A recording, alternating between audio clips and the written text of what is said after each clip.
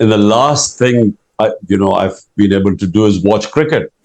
And forget about Ashes. Even my own country, I have time to watch, because what I've gone through in the last 14 months, I mean, everything else before in my life, like cricket, has become, trivial.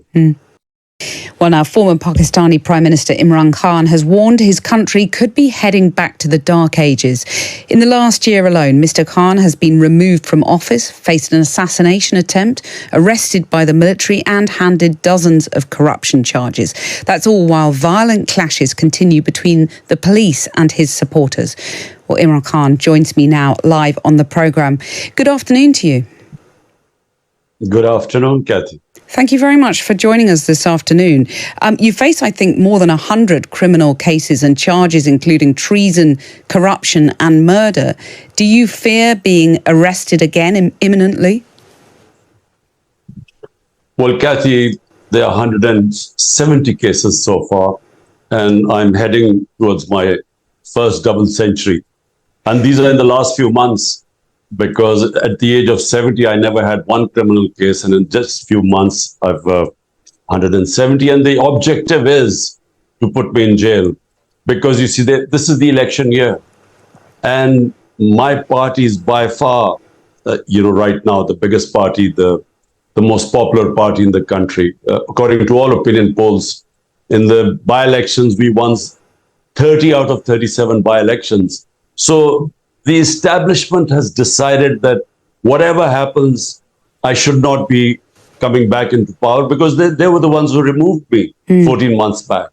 And so all this is going on really to ensure that I'm disqualified or in prison, so my party loses the election. Well, whatever happens, if you are thrown in jail, if the worst happens, will you and your party continue to run for those elections? Well, I'm almost certainly going to go to jail. I mean, I'm mentally prepared, because, 170 cases and they're increasing by the day. So all they have to do is cancel bail in one of the cases. And then, of course, they've got military courts now. And military courts, because in the civilian courts, the cases are so bogus that none of them I get bails. But in the military courts, for sure, they'll put me in jail. So mentally, I'm all prepared for going into jail. But yes, definitely the party will contest elections. And when you say mentally you're prepared for jail, I mean, do you fear it? Do you worry how you'll get on in jail? When you say you're mentally prepared, how are you doing that?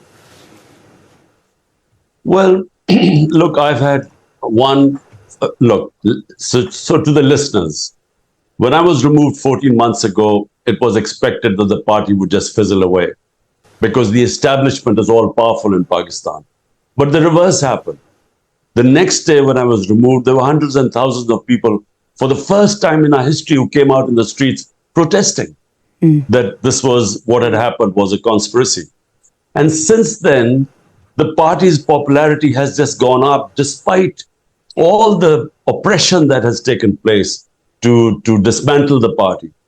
And so why do I feel right now I will be put in jail? Because I had one assassination attempt, because when the party was still growing, that's when they tried to remove me physically. Then on the 18th of March, there was a second assassination attempt on me, which I was very lucky to get away with. So I feel that they are determined that whatever happens, those who removed me do not want to see me back in power. Do you worry? And therefore, Yes. Apologies. I was just going to ask you, do you worry that you might not live to see the elections at this rate? Look, I'm, someone who's quite fatalistic about this thing. I believe that, when your time comes to go and it's in God's hands, and, nothing can stop it. In fact, the 2 times I escaped death, the only reason, there's no logical way I should have escaped it. It was, in my opinion, the will of God. So in a sense, whenever the time comes, we have to go. But jail is a certainty. And jail is a certainty because they feel that if I'm inside and not campaigning, then my party will not win elections. Although 10,000 of my workers are in jail as I speak. My entire senior leadership is in jail or hiding. And the ones they can only come out, I'm talking about the leaders, if they renounce being part of my party. So they're actually trying to dismantle the party. But the vote bank is according to all opinion poll surveys, is stronger than ever. And what do you think will happen? We've seen all these protests when you were arrested before. If you are actually thrown in jail, what do you think will happen on the streets? What will the repercussions of that be? You know, Kathy, the reaction to the way I was manhandled, the way I was picked up like a terrorist by commandos, where I was sitting in the precincts of the High Court. It was totally illegal what they did. And it was the way they beat up everyone and then and treating me like some sort of a criminal. So that's what got the reaction. Because all they had to do was show me a warrant and I would have gone to jail. They didn't need commando action to get a 17-year-old man to pick him up like that. So therefore, that created a reaction. But I think what sort of a reaction, I don't know really, because the oppression right now, we have never seen such oppression in this country. I mean, I've seen 3 martial laws. I was in the opposition under General Musharraf's martial law. I was in jail for 6-7 days. But it was liberal compared to what's going on right now. Wow. I mean, the media is muzzled. One of our best investigative journalists was hounded out of the country, killed. The second best guy has disappeared for 40 days. And then 5 or 6 of our top media guys have left the country. So this sort of oppression is unheard of. My name cannot be mentioned on television. I mean, forget about making speeches or interviews. I cannot be mentioned on television. Well, the cases against you are registered under anti-terrorism law. The government says that your supporters used petrol bombs and that they're therefore justified in using that law. What do you say to that? Look, you know, in France you have demonstrations. In Pakistan, all the demonstrations that took place, in my 27 years, every time we have been peaceful. It is a constitutional right to hold peaceful demonstration anywhere. Now, unfortunately, since I have been out of power 14 months ago, the peaceful demonstrations have been attacked by police. We have all the evidence. I mean, given a chance, we will be able to prove in a court of law, which we haven't been allowed to have a chance, that we were all the time peaceful demonstrators were attacked. On 9th of May, 25 of peaceful demonstrations were shot dead. 50 got bullet wounds. And you know, so all I'm saying is, and none of the police was harmed. They were unarmed people. So there's no even investigation in people being shot. If you've got right on your side, as you say, why do you think it is that you haven't had more support from Western governments around the world? I think, you know, well, my 3.5 years as Prime Minister, you know, the Western governments, their interests are much more important than moral issues. Because, you know, for instance, I mean, India has the UN human rights have charted the number of human rights violations in Kashmir in India. But India is a trading partner, so no, there's no condemnation. Similarly, right now, I think our government is supporting Ukraine. And so therefore, although they know that this is an undeclared martial law in Pakistan right now, our democracy is being dismantled. You know, all the institutions which uphold democracy, like the judiciary, like free media, like political workers being victimized right now, they all know what's going on. But I think that, you know, there's no condemnation from the governments. There is some from the media, Western media, but none from the governments.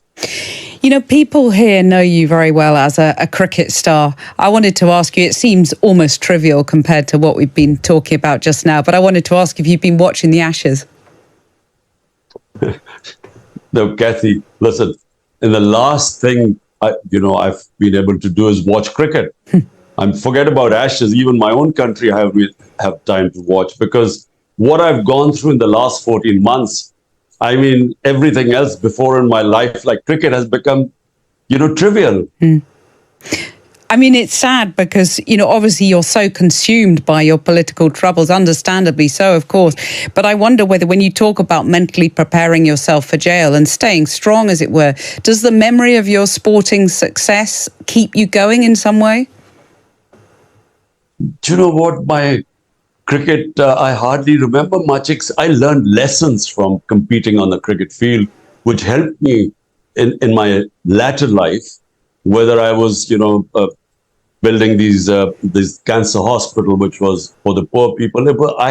If I hadn't taken the highs and lows of sports and understood how to take the bad times, I would not have succeeded there, and certainly not in politics, because I was in the political wilderness for about 14 years of my life. So, but the last 14 months, what I've gone through, basically the country's establishment. I mean, once they go against you, then, I mean, it's impossible really to fight back. Because how do you fight back against, the all-powerful establishment, and all the political parties ranged against me, all 12 of them on one side, backed by the establishment. And I'm all alone, and my party, all the senior leadership is in jail. And all the work, 10,000 workers picked up. So it's a very tough time I'm going through. 2 assassination attempts. And, who knows the possibility of a third one, certainty of going to jail. So it is the biggest struggle of my life. But it's not politics. Let me just finally say, it's not politics. We are fighting actually for democracy, in terms of democracy meaning freedom. And democracy can only come when there's rule of law. When you have the powerful in a country above law, as it is the case in Pakistan, I'm afraid the country has no future. The people who die crossing the Mediterranean or going over from South America to North America, immigrants who risk their lives, all are escaping countries which do not have rule of law, and hence are called banana republics, or where there's poverty, are moving towards countries which have rule of law, which have democracy, freedom. So this is what we're fighting for in Pakistan. I started my movement 27 years ago, movement for justice. It was for movement for rule of law. That's the crucial issue at stake. Thank you so much, Imran Khan, for making time to talk to us this afternoon on the programme. Thank you.